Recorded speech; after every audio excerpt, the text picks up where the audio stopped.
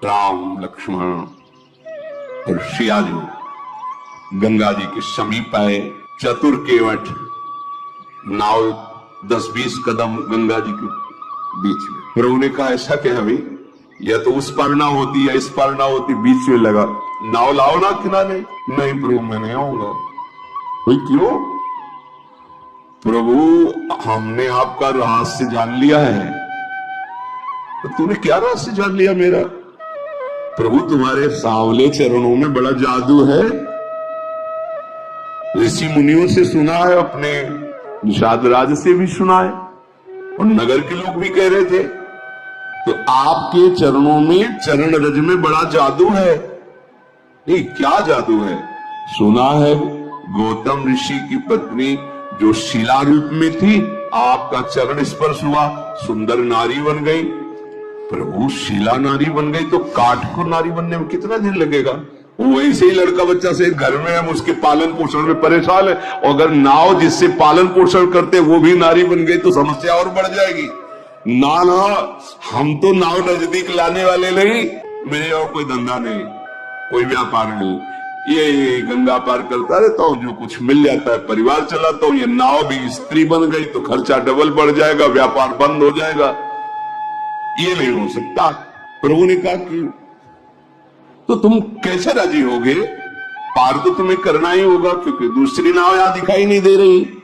एक बात है प्रभु, अगर आप पार ही वास्तविक जाना चाहते हो, देख लो, जो भाव समुद्र से पार करने वाले हैं उनसे केवल, अगर पार ही जाना चाहते हो तो एक बार हमें चरणों को धोने का अवसर दीजिए। मैं धो के देख लूंगा कि कहीं इसमें वो जादू काम तो नहीं कर रहा। मैं जल लाऊं कठोते हुए, चरण दूंगा। अगर कठोता स्त्री बन गया तो कोई घाटा नहीं होगा, क्योंकि नाव हमारी सुरक्षित रहेगी, आने जाने से वो मिलता रहेगा और परिवार चलता है।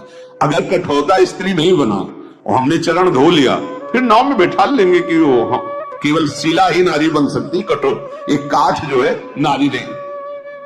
भगवान बहुत मुस्कुराए कि यार बड़ा विनोदी है केवल।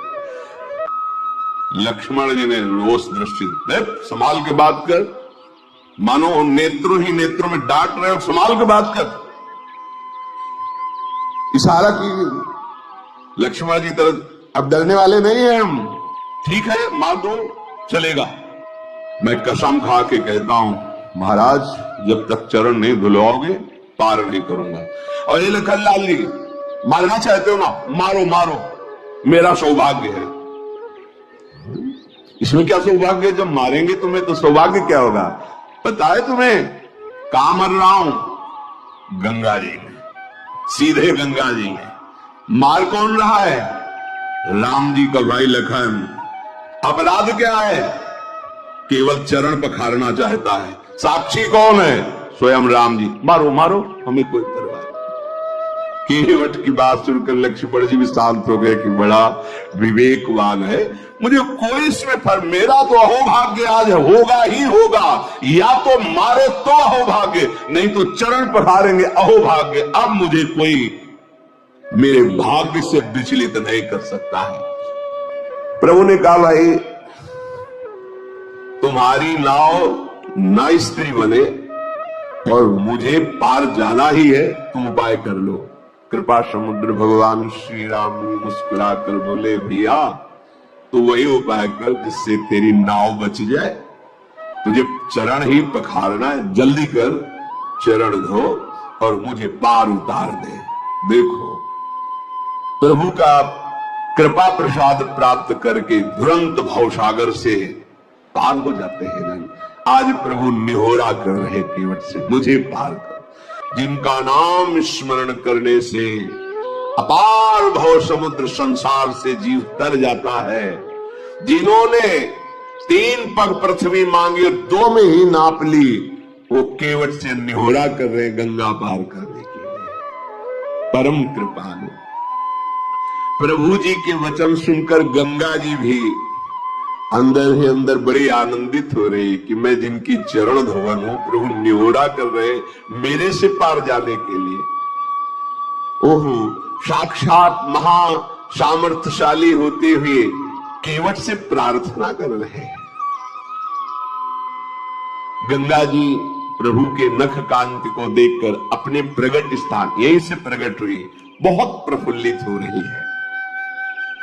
आज मैं धन्य हो गई गंगा जी के। प्रभु ने कहा शीघ्र करो ना। रुको महाराज, पहले से व्यवस्था की। कठौता लाया, कठौती ले कि अगर बनेगा भी ना तो कठौता लड़का बनेगा, नाव खेने के काम में आए। प्रभु की आज्ञा होते ही कठौते में सुंदर जल भर कर लाया और प्रभु ने चरण पधराए। अब बहुत आराम से प्रभु की कोमल चरणारविंदों को धो रहा। कैसी प्रेममयी दशा केवट, उसे देखकर बड़े बड़े ऋषि मुनि देवता पुष्पों की वर्षा कर रहे। धन्य भाग, धन्य भाग जो मुनियों के ध्यान में आने वाले चरणारविंदा साक्षात केवट उन्हें धो रहा है। चरण कमल धोता जा रहा, हृदय आनंद से लबालब भरा है, रोमांच हो रहा है। प्रभु ने कहा शीघ्र करो। उसको तो सुध ही भूल जाती, चरण पकड़ करके फिर धोती। प्रभु ने कहा जल्दी करो, मुझे पार जाना है। अपने वस्त्र से भी प्रभु के चरण पहुंचे। अहो भाग्य, फिर जो चरणोदक है पान किया। चरणोदक प्रभु का पान करते ही जितने उसके पितर थे सब भगवत प्राप्त हो गए। पितर लोक में जितने पितर थे सब भगवत प्राप्त हो गए। जो उसका पूरा परिवार था उसका भगवत प्राप्ति निश्चित, जैसे पास बन गया हो। आप पूरा परिवार पितर सब भगवत धाम की वश, सब परम पद के अधिकारी। इसीलिए ये नहीं सोचना चाहिए कि हमारे परिवार का क्या होगा। यदि आप भगवत भजन करते, धर्म से चलते हैं तो पूरी जिम्मेवारी लोक परलोक की प्रभु स्वयं लगी। भगवान अपने भजन करने वाले के परिवार का भी महामंगल कर देते हैं, उसका भी पालन करते। देखो प्रभु के चरण धोए, चरणामृत पान किया तो प्रभु को गंगा पार के बार बार मुख माधुरी देखते हुए नौका चला रहा है। जब पार हुए तो लखनलाल जी, सियाजू, रामजू उतर करके गंगा जी की रेती में खड़े हुए बार बार हाथ जोड़ता है, मुखारविंद की तरफ देखता है, साष्टांग दंडवत होता, फिर खड़ा होता, फिर देखता है, फिर साष्टांग दंडवत। भगवान को ऐसा लगा कि शायद कुछ उतराई नहीं दी है, इसलिए ज्यादा दंडवत हो रही क्या। सब कुछ जैसा प्रभु को लग रहा है कि देना चाहिए उतराई, इसको तो कुछ दिया नहीं। देखो हमारे प्रभु का स्वभाव देखो, सब कुछ दे दिया पर क्या सब कुछ है, इसको कुछ दिया नहीं। इसीलिए इनके समान केवल यही है। उसको परम पद, उसके परिवार को परम पद, उसके पितरों को परम पद, देवता ऋषि मुनि केवट की प्रशंसा करके पुष्प बरसा रहे, जगत बंदनी बना दिया। और प्रभु को सब कुछ क्या है, इसको तो अभी कुछ दिया नहीं है।